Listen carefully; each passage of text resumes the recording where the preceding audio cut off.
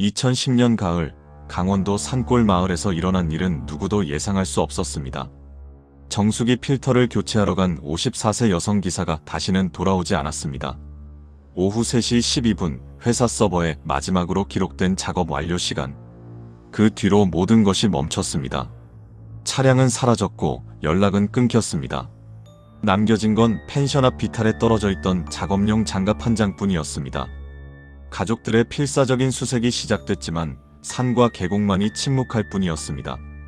사건은 미궁 속으로 빠져드는 듯했습니다. 그런데 18일이 지난 어느 날 40km 떨어진 댐 상류에서 발견된 트럭 한 대가 모든 것을 바꿔놓았습니다. 운전석에는 시신이 있었고 법의학자의 소견은 단순 사고가 아니라는 것을 가리키고 있었습니다. 두개골의 함몰, 목의 압박 흔적, 그리고 사라진 블랙박스 메모리 카드. 누군가 치밀하게 사고로 위장했다는 증거들이 하나씩 드러나기 시작했습니다. 과연 그날 그 산길에서 무슨 일이 벌어진 걸까요? 평범한 일터는 어떻게 범행 현장이 되었을까요? 오늘 우리는 2010년 강원도 산골 마을에서 사라진 정수기 기사 박정숙의 마지막 하루를 추적합니다.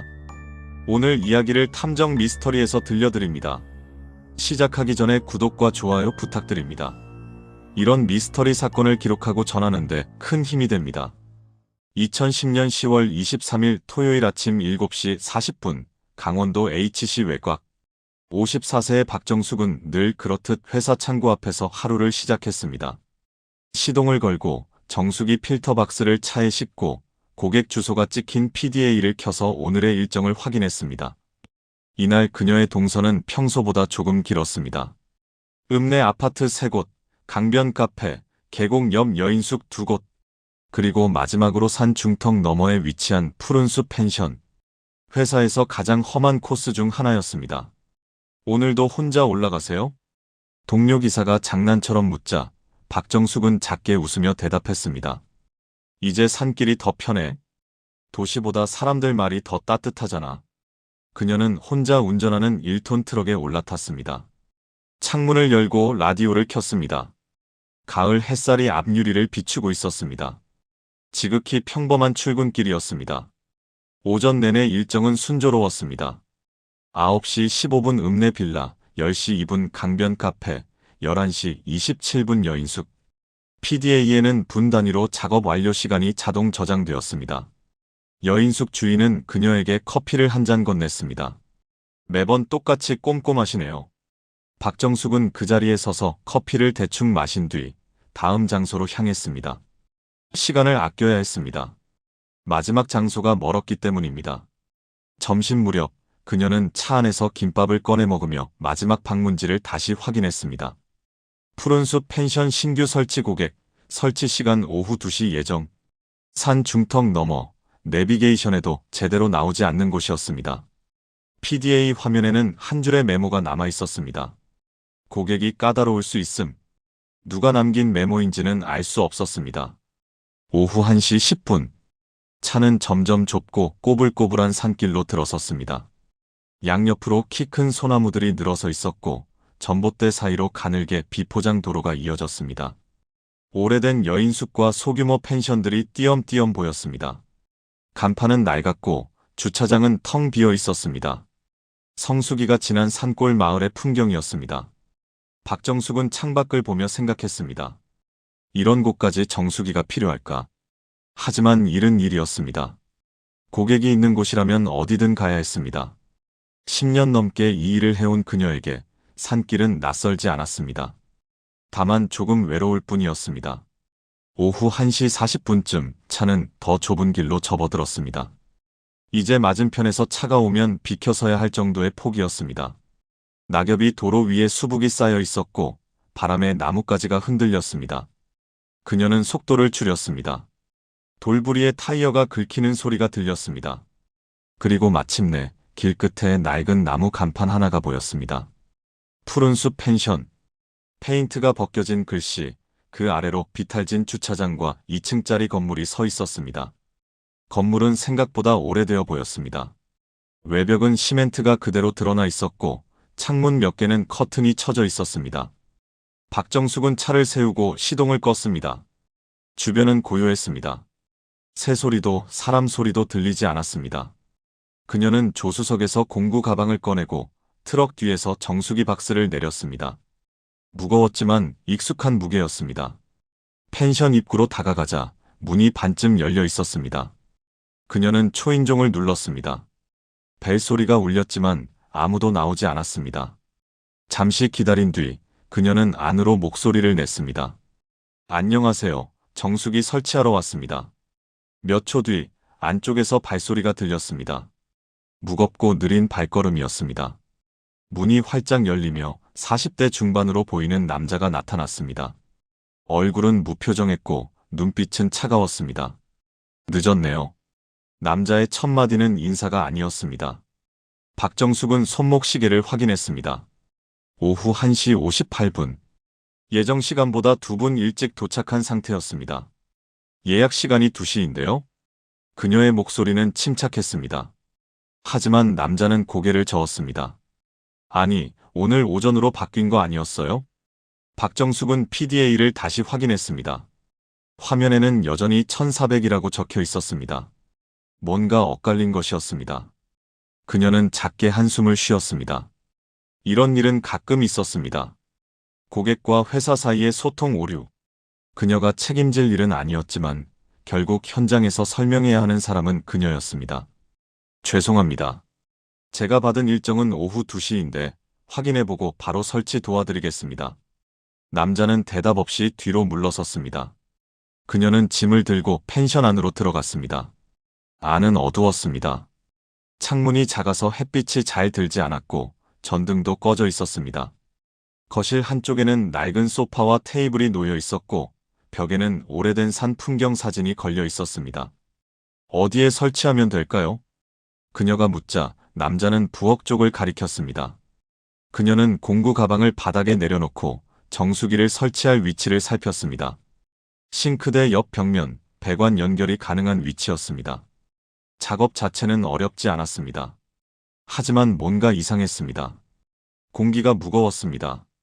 남자는 그녀 뒤에 서서 아무 말 없이 지켜보고 있었습니다. 숨소리가 들렸습니다. 그녀는 시선을 피하며 작업에 집중했습니다. 전동 드릴을 꺼내고 배관을 연결하고 필터를 끼웠습니다. 그런데 그때 남자가 갑자기 입을 열었습니다. 당신네 회사 계약 강제로 시키는 거 아니에요? 박정숙은 손을 멈추고 고개를 들었습니다. 남자의 목소리에는 불만이 섞여 있었습니다. 그녀는 조심스럽게 대답했습니다. 아니요, 계약은 고객님 의사에 따라 진행됩니다. 근데 해지하려면 위약금 내야 한다며?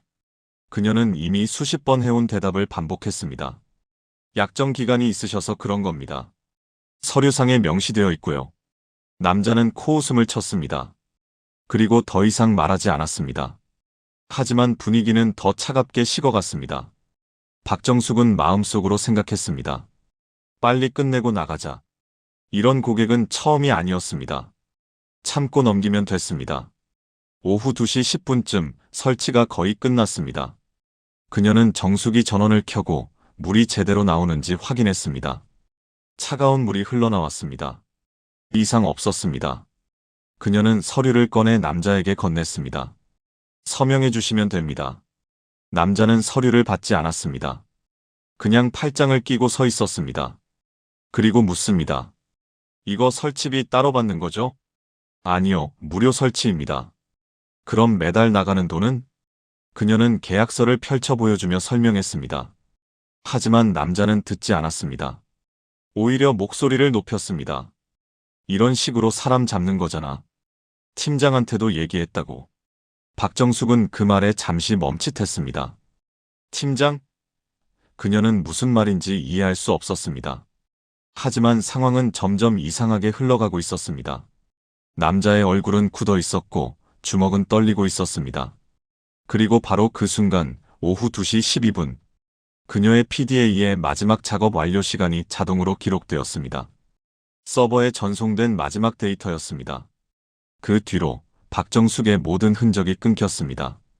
오후 5시 20분 회사 콜센터 전화벨이 울렸습니다. 정수기 기사님이 아직 안 오셨는데요. 다른 고객의 전화였습니다. 오후 3시 반에 방문 예정이었던 집. 콜센터 직원은 시스템을 열어봤습니다.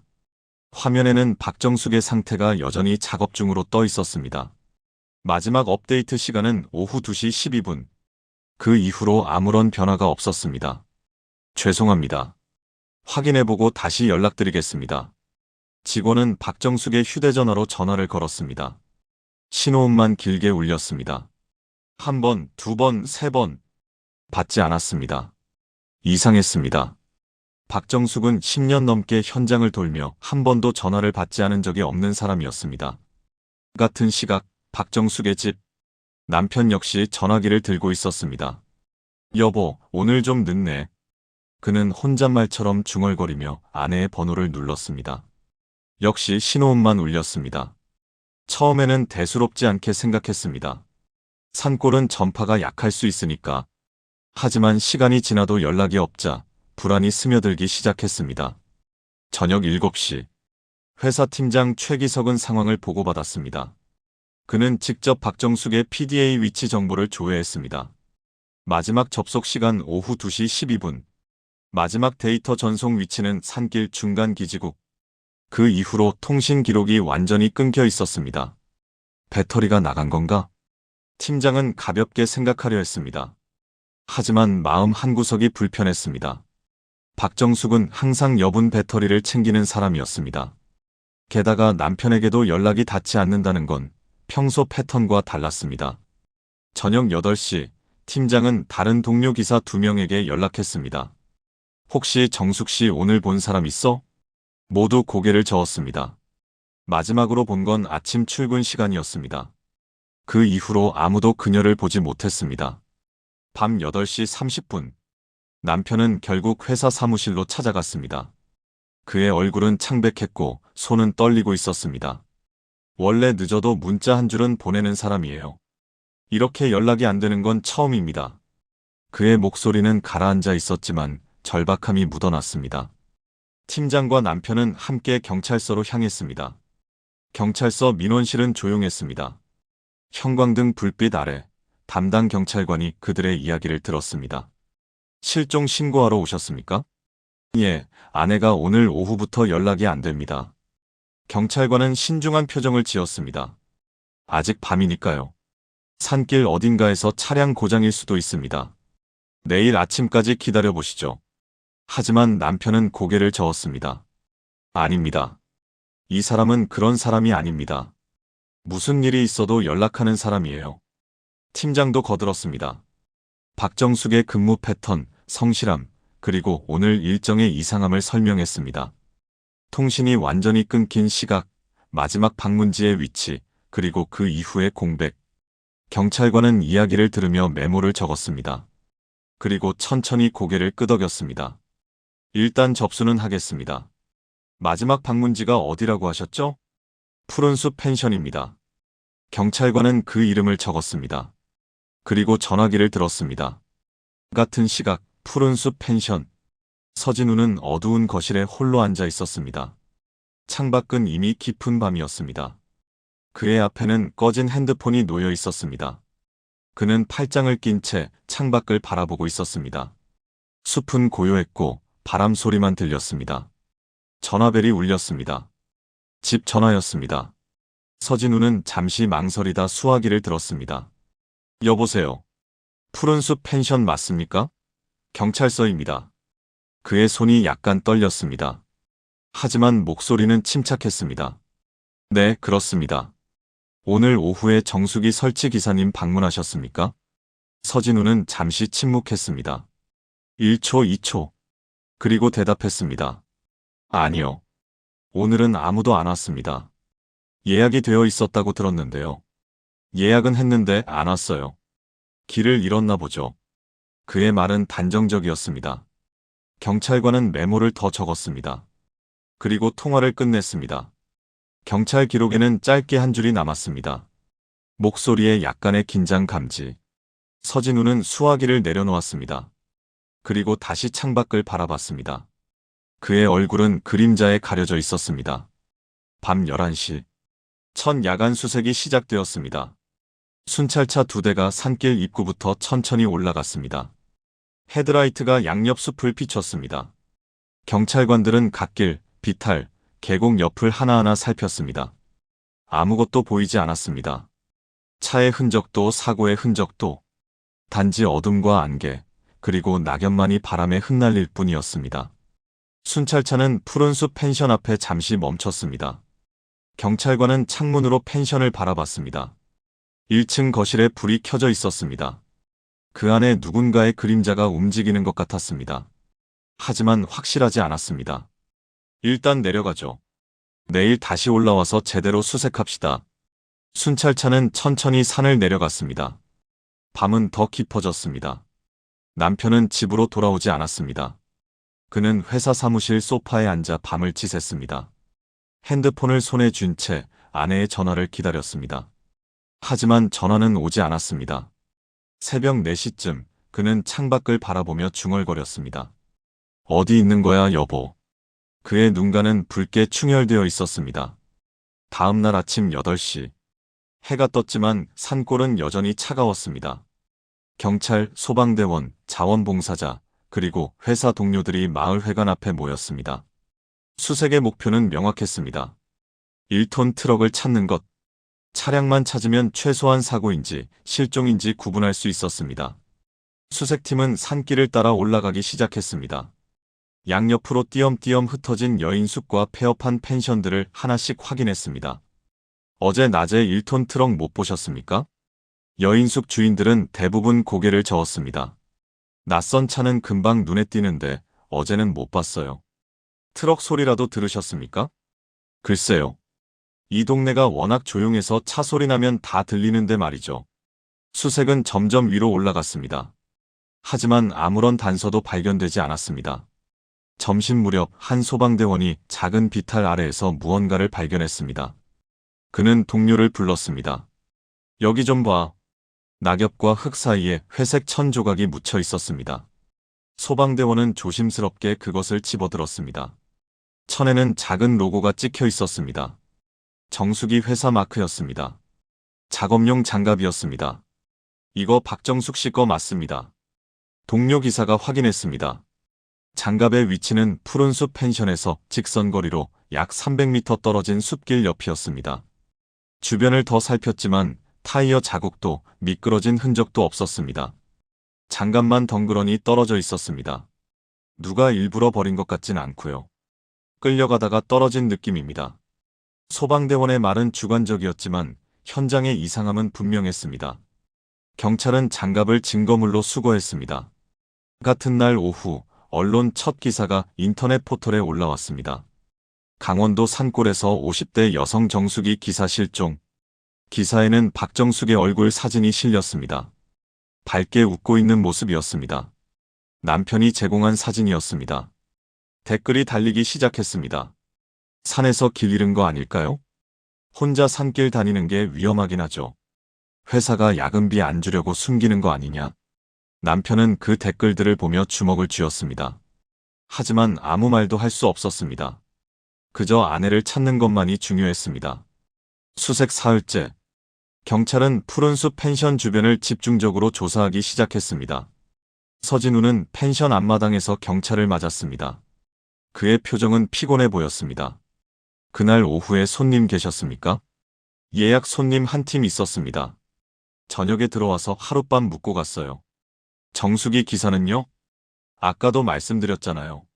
안 왔습니다. 경찰은 그의 휴대전화 통화 기록을 요청했습니다. 서진우는 잠시 망설이다 동의했습니다. 기록을 확인한 경찰은 한 가지를 발견했습니다. 오후 2시 3분 15초간의 수신 통화 기록. 번호는 미지정이었습니다. 이 번호 누구 겁니까? 모르겠는데요. 스팸 아닐까요? 경찰은 그 번호를 조회했습니다. 박정숙의 업무용 휴대전화였습니다.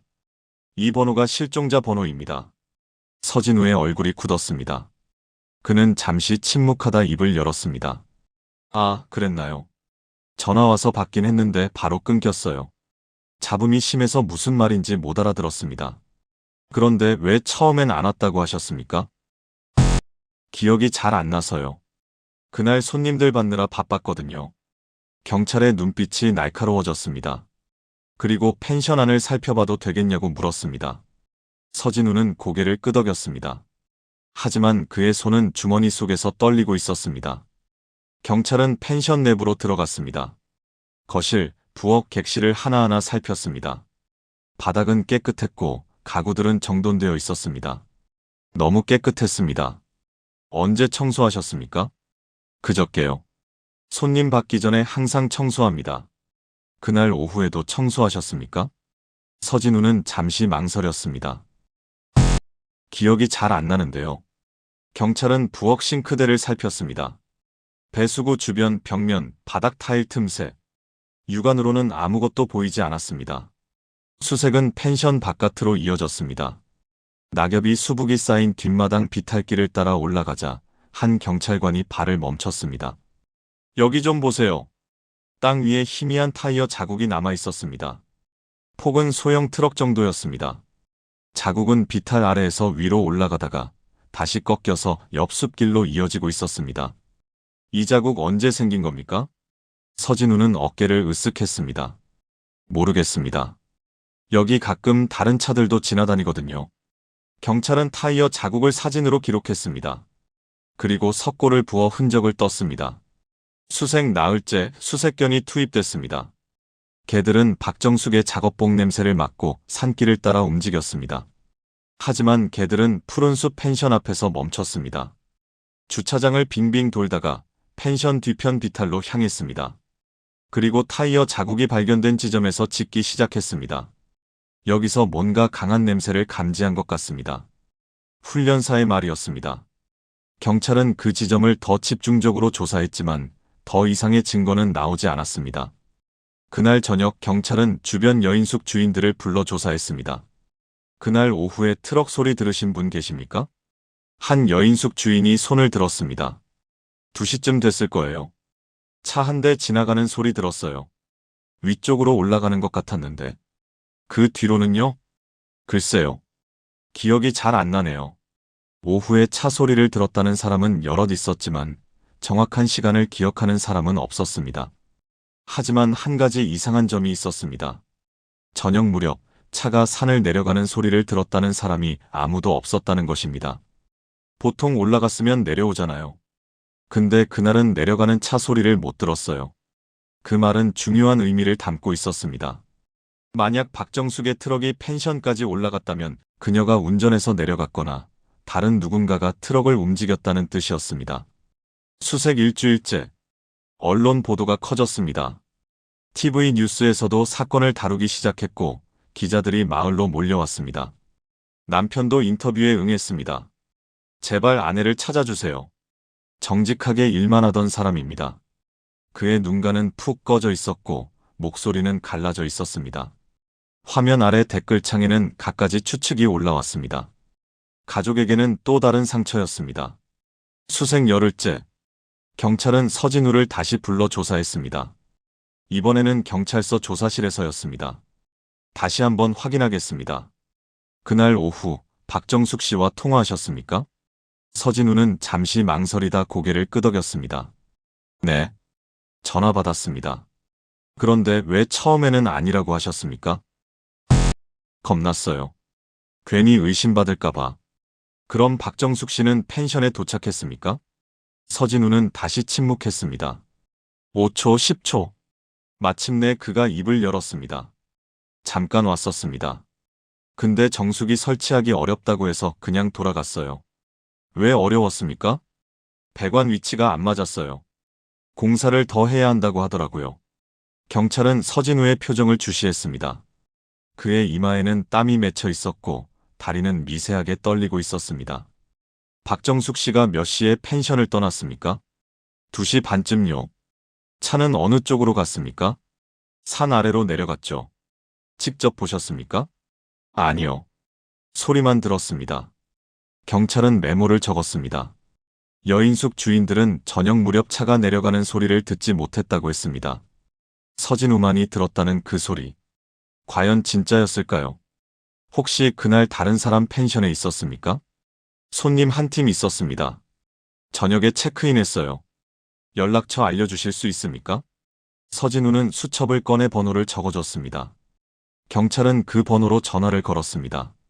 하지만 신호음만 울렸습니다. 며칠 동안 계속 전화했지만 끝내 연결되지 않았습니다. 사용되지 않는 번호였습니다. 손님 이름이 어떻게 되십니까? 김민수라고 적혀 있는데요. 경찰은 그 이름을 조회했습니다. 동명이인이 수백 명이었습니다. 신분증을 확인했는지 묻자 서진우는 고개를 저었습니다. 그냥 현금 받고 묻게 했어요. 증인을 찾을 방법이 없었습니다. 서진우의 진술은 계속 바뀌었지만 결정적인 증거는 나오지 않았습니다. 단지 의심만이 커질 뿐이었습니다.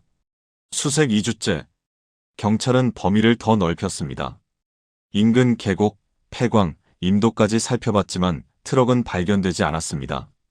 그리고 어느 날 한 제보 전화가 걸려왔습니다. 여보세요, 경찰서죠? 푸른숲 펜션 사장 말인데요. 그 사람 원래 성질 좀 있어요. 예전에 손님이랑 싸운 적도 있고. 자세히 말씀해 주시겠습니까? 몇 년 전에 손님이 환불 요구했는데 고함 지르고 난리 쳤어요. 경찰까지 왔었다니까요. 경찰은 그 기록을 조회했습니다. 2년 전 폭행 혐의로 신고된 적이 있었습니다. 합의로 마무리됐지만 전과 기록은 남아 있었습니다. 또 다른 제보도 들어왔습니다. 서진우가 최근 몇 달 동안 카드 대금을 연체했다는 사실, 펜션 운영이 어렵다고 주변에 하소연했다는 증언들. 하나하나는 작은 조각이었지만 모이면 하나의 그림이 되었습니다. 수색 18일째 되던 날, 경찰에게 새로운 신고가 들어왔습니다. H시에서 40km 떨어진 제이댐 상류, 낚시를 하던 주민이 이상한 것을 발견했다는 내용이었습니다. 물속에 차가 한 대 잠겨 있어요. 경찰은 즉시 현장으로 향했습니다. 잡목이 우거진 물가, 그곳에 반쯤 물에 잠긴 트럭 한 대가 있었습니다. 번호판을 확인한 경찰은 숨을 멈췄습니다. 박정숙의 업무용 차량이었습니다. 차량은 견인되어 물 밖으로 끌려 나왔습니다. 녹슨 범퍼, 깨진 사이드미러, 그리고 운전석. 그곳에는 이미 상당 부분 부패가 진행된 시신이 있었습니다. 좌석 벨트는 채워져 있었고 기어는 중립, 브레이크는 풀린 상태였습니다. 겉으로 보기에는 단순 추락 사고처럼 보일 수도 있는 장면이었습니다. 하지만 법의학자의 첫 소견은 전혀 달랐습니다. 두개골에 둔기로 맞은 듯한 함모른이 있습니다. 목 부위에는 압박 흔적도 보입니다. 특히 목 주변의 실핏줄 출혈은 단순히 물에 빠져 익사한 것이 아니라 사전에 압박을 받은 뒤 물에 들어갔을 가능성을 시사했습니다. 사고가 아니라 사고로 위장된 무언가였습니다. 차량 바닥에서는 마른 흙과 소나무 잎이 섞인 토양이 발견됐습니다. 감식 결과 이 토양은 제이댐 주변보다 푸른숲 펜션 뒷산 토양과 더 유사한 성분을 보였습니다. 차량이 펜션 근처에 있었다는 물증이었습니다. 실종이 변사로 그리고 타살 의심으로 바뀌는 순간이었습니다. 차량 블랙박스는 본체만 남아 있었습니다. 메모리 카드는 사라져 있었습니다. 누군가 일부러 가져갔다는 의미였습니다. 핸드폰도 발견되지 않았습니다. 대신 뒷좌석에서 찢어진 작업일지 한 장이 나왔습니다. 푸른숲 펜션 줄만 일정이 반쯤 찢겨나가 있었습니다. 누가, 왜 그녀의 마지막 행선지를 지우려 했던 걸까요? 수사는 두 방향으로 갈라졌습니다. 하나는 푸른숲 펜션 사장 서진우, 또 하나는 회사 내부, 특히 일정 관리 권한을 가진 팀장 최기석이었습니다. 두 사람 모두 실종 전후의 시간대에 설명되지 않는 공백이 있었습니다. 서진우는 40대 중반, 이 마을로 내려온 지 5년째 되는 펜션 운영자였습니다. 과거 폭력 전과와 카드 대출 연체 기록이 확인됐습니다. 그러나 이는 직접적인 범죄 정황과는 구분되어야 할 배경 정보에 불과했습니다. 경찰은 그가 실종 시각 전후로 어디에 있었는지 집요하게 물었습니다. 펜션 안에서 객실 청소를 했습니다. 서진우는 같은 대답을 반복했습니다. 하지만 CCTV는 없었고 그를 볼 수 있는 다른 목격자도 없었습니다. 알리바이가 없다는 것은 혐의를 벗을 수 없다는 의미이기도 했습니다. 게다가 그의 진술은 계속 바뀌고 있었습니다. 처음에는 만나지 않았다고 했다가 전화만 받았다고 했다가 나중에는 잠깐 왔었다고 말을 바꿨습니다. 반면 회사 팀장 최기석은 전혀 다른 방식으로 의심을 받기 시작했습니다. 디지털 포렌식 팀이 회사 서버를 분석한 결과 박정숙의 하루 일정 중 푸른숲 펜션 방문 시간이 실종 당일 새벽 4시, 23분에 한 차례 수정된 기록이 남아 있었습니다. 원래는 오후 3시였던 방문 시간이 오후 2시로 앞당겨진 것. 수정한 아이디는 팀장의 계정이었습니다. 그것도 업무 시간이 아닌 새벽이었습니다. 고객이 요청해서 시간을 바꿨습니다. 최기석의 설명은 가능성 있는 이야기였습니다. 하지만 수사관들은 왜 그 변경, 사실이 박정숙 본인에게 제대로 전달되지 않았는지 의문을 가질 수밖에 없었습니다. 박정숙의 PDA에는 여전히 오후 2시로만 표시되어 있었고 변경 알림 기록은 없었습니다. 게다가 왜 새벽에 일정을 수정한 것일까요? 시스템상 자동으로 전달됐을 겁니다. 그리고 저는 새벽에 일어나서 일하는 습관이 있습니다. 그럼 왜 박정숙 씨는 원래 시간보다 늦게 도착했습니까? 그건 제가 알 수 없는 부분입니다. 펜션 사장과 팀장. 한 사람은 마지막 목적지, 한 사람은 그녀의 마지막 일정을 쥔 인물이었습니다. 두 사람의 말은 모두 가능성 있게 들렸지만 동시에 무언가를 감추는 것 같았습니다. 경찰은 더 깊이 파고들었습니다. 그리고 놀라운 사실을 발견했습니다. 서진우와 최기석 두 사람은 3년 전 이미 한 번 거래 관계가 있었던 것으로 드러났습니다. 당시 서진우는 다른 브랜드 정수기를 쓰고 있었고 고장 문제로 회사에 여러 차례 항해 전화를 한 기록이 남아 있었습니다. 그리고 그 민원을 처리한 사람이 바로 최기석이었습니다. 통화 기록만 12차례. 그중 몇 번은 통화 시간이 10분을 넘었습니다. 단순히 업무상 연락이었습니다. 고객 불만을 처리하는 게 제 일이니까요. 최기석은 담담하게 대답했습니다. 그럼 왜 이번에 박정숙 씨를 그 펜션으로 보냈습니까? 그 지역을 가장 잘 아는 기사가 박정숙 씨였습니다. 5년 넘게 그 산길을 다닌 베테랑이었으니까요. 설명은 합리적이었습니다. 하지만 동료 기사들 사이에서는 다른 이야기가 나왔습니다. 그 펜션은 꼭 박정숙 씨가 가야 했대요. 팀장이 그렇게 지시했다던데. 다른 기사들은 배정도 안 받았어요. 왜 그랬을까요? 모르겠어요. 근데 이상하긴 했어요. 신규 고객인데 산골 외진 곳이잖아요. 보통은 가까운 기사를 먼저 보내는데. 경찰은 전화 기록을 더 분석했습니다. 실종 전날 밤 10시 40분 최기석의 전화에서 푸른숲 펜션 번호로 6분간 통화한 기록이 나왔습니다. 무슨 통화였습니까? 장비 준비에 관한 대화였습니다. 산골이라 배관 작업이 복잡할 수 있어서 미리 확인했습니다. 정확히 어떤 내용이었습니까? 정수기 설치 위치, 배관 상태, 필요한 공구들, 그런 것들을 물어봤습니다. 그럼 왜 박정숙 씨에게는 직접 연락하지 않았습니까? 그때는 필요하지 않다고 생각했습니다. 다음 날 아침에 전달하려고 했어요.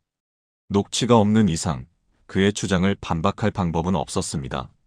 하지만 정황은 점점 이상한 방향으로 흘러가고 있었습니다. 그리고 경찰은 또 다른 기록을 발견했습니다. 실종 일주일 전 푸른숲 펜션의 설치 요청이 들어오기 직전에 팀장 계정으로 해당 지역 일정이 집중 배정된 정황이 포착된 것입니다. 압수수색 영장이 발부됐습니다. 경찰은 다시 푸른숲 펜션으로 향했습니다. 이번에는 감식반과 함께였습니다. 펜션 곳곳에서 미세 증거들이 채취됐습니다.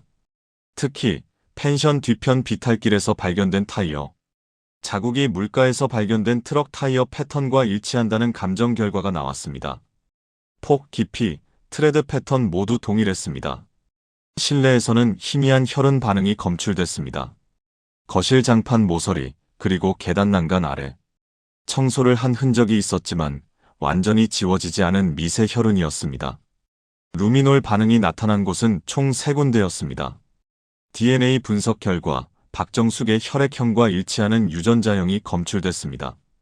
이 시점에서 서진우는 참고인에서 유력한 용의자로 입장이 바뀌었습니다. 조사실에서 서진우는 처음 말을 번복했습니다. 그날 기사와 말다툼이 있었습니다. 무슨 다툼이었습니까? 정수기 계약 때문이었습니다.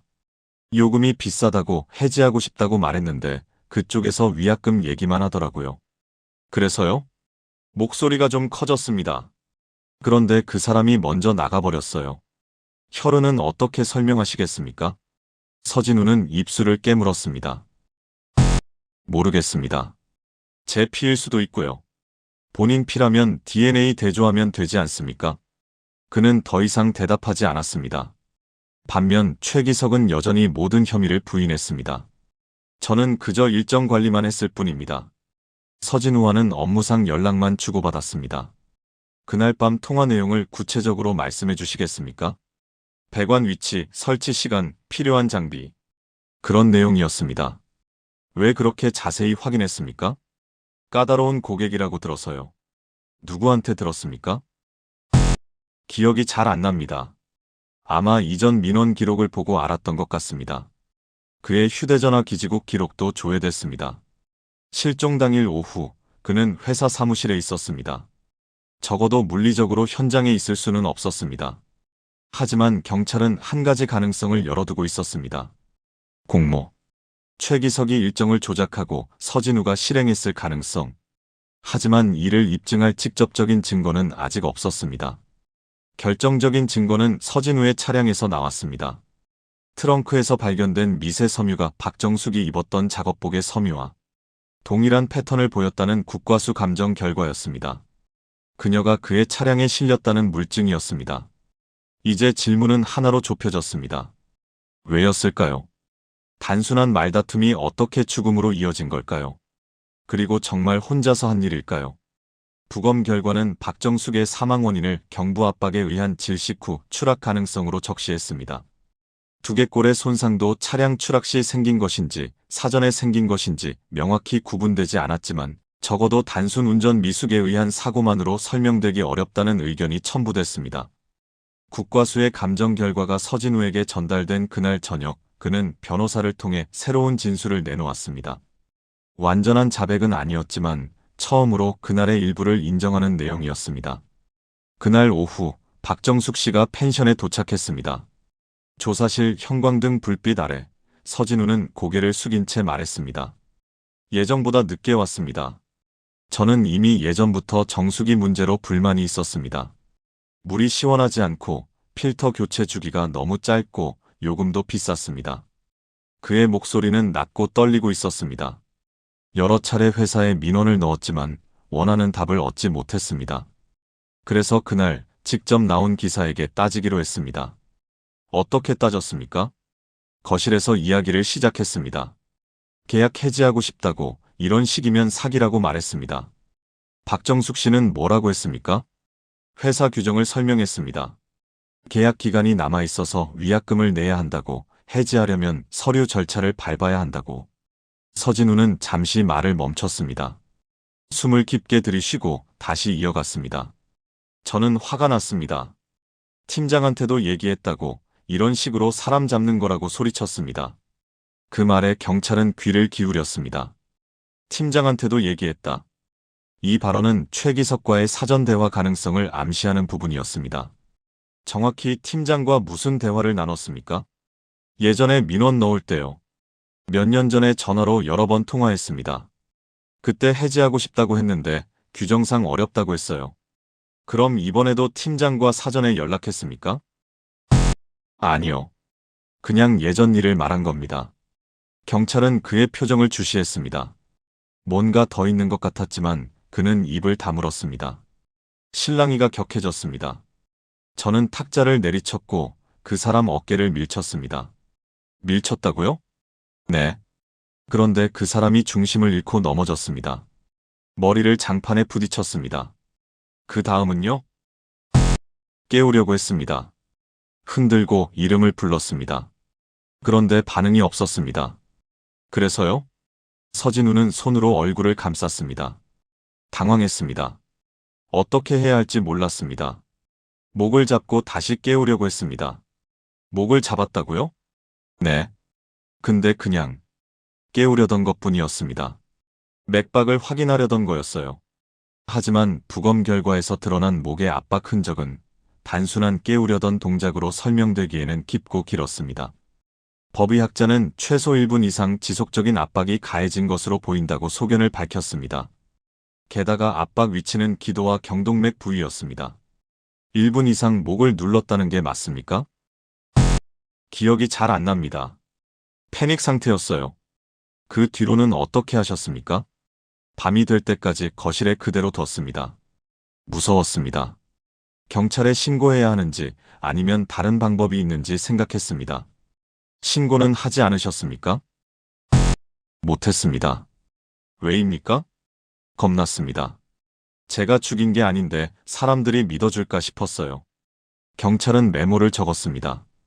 우발적 사고라면 즉시 신고했어야 했습니다. 하지만 그는 밤까지 기다렸습니다. 그 시간 동안 무엇을 생각한 걸까요? 정말 단순히 겁이 나서였을까요? 새벽 1시쯤 결정했습니다. 무엇을요? 차에 싣기로 했습니다.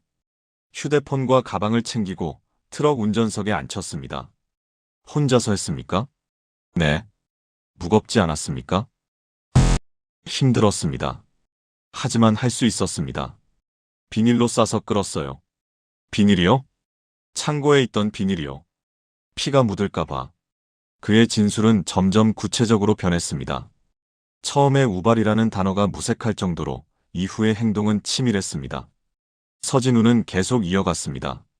그는 박정숙의 트럭을 직접 운전해 산을 내려갔다고 진술했습니다. 펜션 뒤편 비탈길을 지나 임도를 따라 한참을 달렸다고 했습니다. 제이댐 상류까지 어떻게 찾아갔습니까? 예전에 낚시하러 간 적이 있었습니다. 외진 곳이라는 걸 알고 있었습니다. 차를 숨기기 좋은 곳이요. 그럼 미리 계획한 겁니까? 아니요. 그냥 그 순간 생각난 거였어요. 하지만 경찰은 의심을 거두지 않았습니다. 우발적인 상황에서 그렇게 냉정하게 장소를 선택할 수 있을까요? 거기서 뭘 했습니까? 진입로에서 트럭을 중립에 놓고 돌로 페달을 밀었습니다. 그러니까 천천히 경사를 따라 내려가서 물에 빠졌습니다. 차량 위치와 브레이크 상태, 경사각을 고려하면 정황상 가능한 시나리오였습니다. 하지만 한 가지 의문이 남았습니다. 어떻게 돌아오셨습니까? 걸어서 큰 도로까지 나가서 택시를 탔습니다. 새벽이라 차가 별로 없었어요. 한참 기다렸습니다. 택시 기사는 기억합니까? 얼굴은 기억 안 납니다. 그냥 펜션 근처까지 태워달라고 했습니다. 산에서 친구 만나고 온다고 말했어요. 경찰은 그 시각대의 택시 운행 기록을 조회했습니다. 새벽 2시에서 4시 사이 제이댐 근처에서 탑승한 기록이 몇 건 있었습니다. 하지만 정확히 어느 택시인지 특정하기는 어려웠습니다. 블랙박스 메모리 카드는 어디 있습니까? 물에 버렸습니다. 댐에 던졌어요. 휴대폰은요? 같이 버렸습니다. 작업일지는 왜 찢었습니까? 제 이름이 적혀 있었습니다. 펜션 주소도요. 그래서 일정 부분만 찢어서 버렸습니다. 모든 진술이 치밀하게 계획된 듯 했습니다. 하지만 서진우는 끝까지 한 가지만은 인정하지 않았습니다. 팀장 최기석과 공모했습니까? 아닙니다. 그럼 왜 팀장한테 얘기했다고 말씀하셨습니까? 그냥 민원 넣을 때 통화했던 거 말한 겁니다. 그 사람은 이번 일이랑 아무 상관없습니다. 전날 밤 통화는요? 설치 관련 확인 전화였습니다. 그게 전부입니다. 특별한 계획 같은 건 없었어요. 경찰은 최기석을 다시 불러 조사했습니다. 서진우의 진술 내용을 들려줬습니다. 서진우가 당신에게 민원을 넣었다는 게 사실입니까? 네, 몇 년 전 일입니다. 그때 어떻게 처리했습니까? 규정대로 안내했습니다. 해지 절차, 위약금, 그런 것들이요. 불만을 품을 만한 상황이었습니까? 그럴 수도 있겠죠. 하지만 저는 규정을 따랐을 뿐입니다. 그럼 왜 이번에 박정숙 씨를 그곳으로 보냈습니까? 우연입니다. 그 지역 담당이 박정숙 씨였으니까요. 다른 의도는 없었습니다. 전날 밤 통화에서 무슨 얘기를 나눴습니까? 장비 확인이었습니다. 산골이라 준비물을 미리 챙겨야 한다고 말했습니다.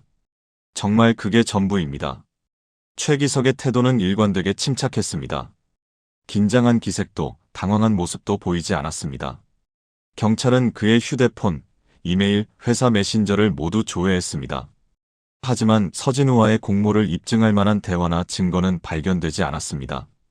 검찰은 증거를 검토한 끝에 결론을 내렸습니다.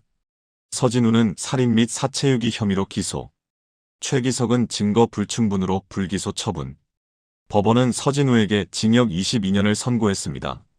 판결문에는 고객과의 분쟁 과정에서 우발적으로 발생한 폭행이 사망으로 이어졌다고 볼 여지가 있으나 이후 시신을 유기하고 사고로 위장한 점, 유족에게 회복할 수 없는 고통을 준 점을 고려했다는 문장이 적혀 있었습니다. 재판정에서 박정숙의 남편은 떨리는 목소리로 말했습니다. 저 사람은 20년 넘게 살고 나오면 다시 평범하게 살 수 있겠죠. 우리는 그때도 아내 없이 살아야 합니다. 형량이 적정한지는 모르겠습니다. 다만 제 아내는 영원히 돌아오지 않습니다. 법정은 조용했습니다. 방청석에서 누군가 훌쩍이는 소리가 들렸습니다. 우발인가, 준비된 분노인가. 그 경계는 여전히 흐릿했습니다. 하지만 한 가지는 분명했습니다. 한 사람의 삶이 단 하루 만에 완전히 사라졌다는 것. 2011년 여름, 1심 판결이 확정됐습니다.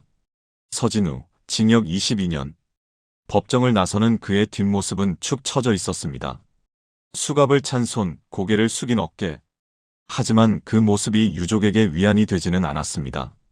박정숙의 남편은 법원 밖에서 기자들에게 둘러싸였습니다. 카메라 플래시가 터졌고 마이크가 그의 입 앞으로 쏟아졌습니다. 판결에 대해 어떻게 생각하십니까? 그는 잠시 말을 잇지 못했습니다. 눈가가 붉어졌고 목소리는 떨렸습니다. 22년이면 그 사람 60 중반에 나오겠네요. 그때도 우리는 아내 없이 살아야 합니다. 형량이 적정한지는 모르겠습니다. 다만 아내는 영원히 돌아오지 않습니다. 그게 가장 중요합니다. 그의 말은 짧았지만 그 안에는 평생 짊어져야 할 슬픔이 담겨 있었습니다. 기자들은 더 이상 질문하지 못했습니다. 사건 이후 정수기 회사는 규정을 바꿨습니다. 산간 지역과 외곽 지역의 방문 업무는 2인 1조 원칙. 일정 변경 로그는 수정할 수 없도록 시스템을 잠갔습니다. 긴급 상황 시 본사와 즉시 연락할 수 있는 비상벨 앱도 도입했습니다. GPS 위치 추적도 실시간으로 가능하게 바꿨습니다. 이제는 혼자 위험한 곳에 보내지 않습니다. 안전이 최우선입니다. 회사 관계자는 언론 인터뷰에서 이렇게 말했습니다. 하지만 제도 변화가 박정숙의 삶을 되돌려주지는 못했습니다. 그녀의 빈자리는 여전히 차갑게 비어 있었습니다. 푸른숲 펜션은 폐업했습니다. 사건 이후 손님이 끊겼고 간판은 철거됐습니다. 건물은 그대로 남아 덩그러니 서 있었습니다. 페인트가 벗겨진 외벽, 깨진 창문, 녹슨 철문. 마을 사람들은 그곳을 지나칠 때마다 고개를 돌렸습니다. 거기 가면 기분이 이상해요. 뭔가 서늘한 느낌이 들어요. 밤에는 아무도 안 지나가요. 한 여인숙 주인의 말이었습니다. 실제로 그 건물은 몇 년 동안 방치됐습니다. 누구도 사려고 하지 않았고 누구도 가까이 가지 않았습니다. 건물 앞을 지나는 차들도 속도를 높였습니다. 마을 분위기도 변했습니다. 예전에는 평온했던 산골 마을이 이제는 그 사건이 일어난 곳으로 기억됐습니다. 관광객은 줄었고 여인숙들도 하나둘 문을 닫았습니다. 사건의 상처는 한 사람의 죽음에서 끝나지 않았습니다. 마을 전체가 함께 아파했습니다. 박정숙의 동료 기사들은 지금도 그 산길을 지나갑니다. 업무상 어쩔 수 없이 가야 하는 길입니다. 하지만 그들은 말합니다. 괜히 누가 서 있는 것 같아서 뒤를 돌아봐요. 아무도 없는데 말이죠. 특히 그 펜션 앞을 지날 때는 더 그래요. 한 동료는 지금도 그날을 기억합니다. 정숙 씨는 성실한 사람이었어요. 늘 웃으면서 일했고 고객들한테 친절했어요. 불평 한 번 안 하고 묵묵히 일했죠. 그런 사람이 왜 그런 일을 당해야 했는지 모르겠어요. 너무 억울해요. 그녀의 자리는 다른 기사가 채웠지만 그 빈자리를 완전히 채울 수는 없었습니다. 동료들은 가끔 그녀 이야기를 꺼냅니다. 그리고 한숨을 쉽니다. 최기석 팀장은 불기소 처분을 받았지만 회사를 떠났습니다. 사직서를 낸 것은 판결 한 달 뒤였습니다. 공식적인 이유는 개인 사정이었지만 회사 내부에서는 다른 이야기들이 돌았습니다. 팀장이 뭔가 알고 있었던 거 아니냐? 왜 하필 그 펜션에 정숙 씨를 보낸 거냐? 새벽에 일정을 바꾼 게 석연치 않아. 소문은 증거가 아니었지만 사람들의 의심을 지우기에는 부족했습니다. 최기석은 조용히 사라졌고 그 이후 행적은 알려지지 않았습니다. 회사에 전화를 걸어도 퇴사했다는 답변만 돌아왔습니다. 서진우는 교도소에서 복역 중입니다. 면회 기록에 따르면 그를 찾아온 사람은 거의 없었습니다. 가족도 친구도. 그는 홀로 시간을 보내고 있습니다. 하루하루가 똑같은 일상. 감방, 작업장, 식당. 그 루틴의 반복입니다. 교도소 관계자에 따르면 그는 모범수로 지내고 있다고 합니다. 작업반에서 성실히 일하고 규칙을 잘 지킨다고 합니다. 하지만 그것이 그의 죄를 지우지는 못합니다. 22년이라는 시간은 길지만 빼앗긴 생명에 비하면 짧습니다. 박정숙의 남편은 지금도 혼자 살고 있습니다. 아내가 떠난 뒤 집은 너무 넓고 고요했습니다. 그는 가끔 아내의 사진을 꺼내봅니다. 웃고 있는 사진, 젊었을 때 사진, 함께 여행 갔을 때 사진. 이 사람이 뭘 잘못했나요? 그냥 일하러 갔을 뿐인데, 성실하게 살았을 뿐인데, 그의 질문에 답할 수 있는 사람은 아무도 없습니다. 그는 매년 아내의 기일에 산소를 찾습니다. 혼자서 술 한잔 따르고 이야기합니다. 여보, 잘 있어? 나도 곧 갈게요. 그의 머리는 이제 하얗게 셌습니다. 2015년 비슷한 사건이 또 발생했습니다. 다른 지역에서 다른 직종이었지만 방문 노동자가 고객과의 분쟁 끝에 폭행당한 사건이었습니다.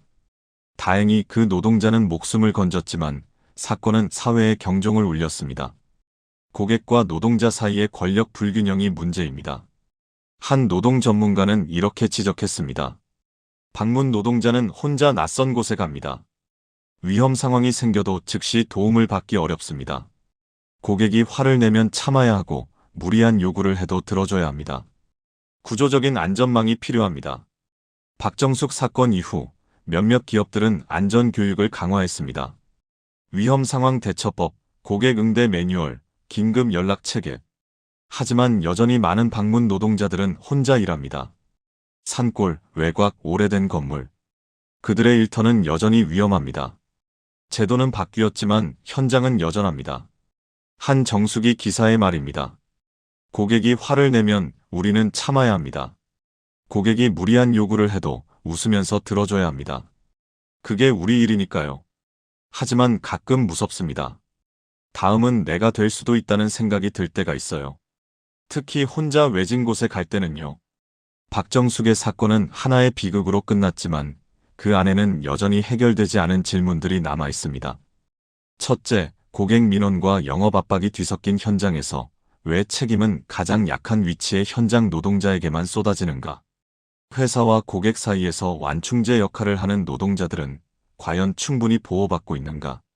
둘째, 우발적 폭력과 계획적 은폐가 함께 있는 사건에서 우리는 어디까지를 실수로 볼 수 있는가? 처음에 폭행이 우발적이었다 해도 그 이후의 치밀한 은폐는 어떻게 설명할 것인가? 셋째, 산간 외곽 지역을 다니는 수많은 방문 노동자들의 안전망은 지금 이 순간 충분한가? 제도는 만들어졌지만 현장에서 제대로 작동하고 있는가?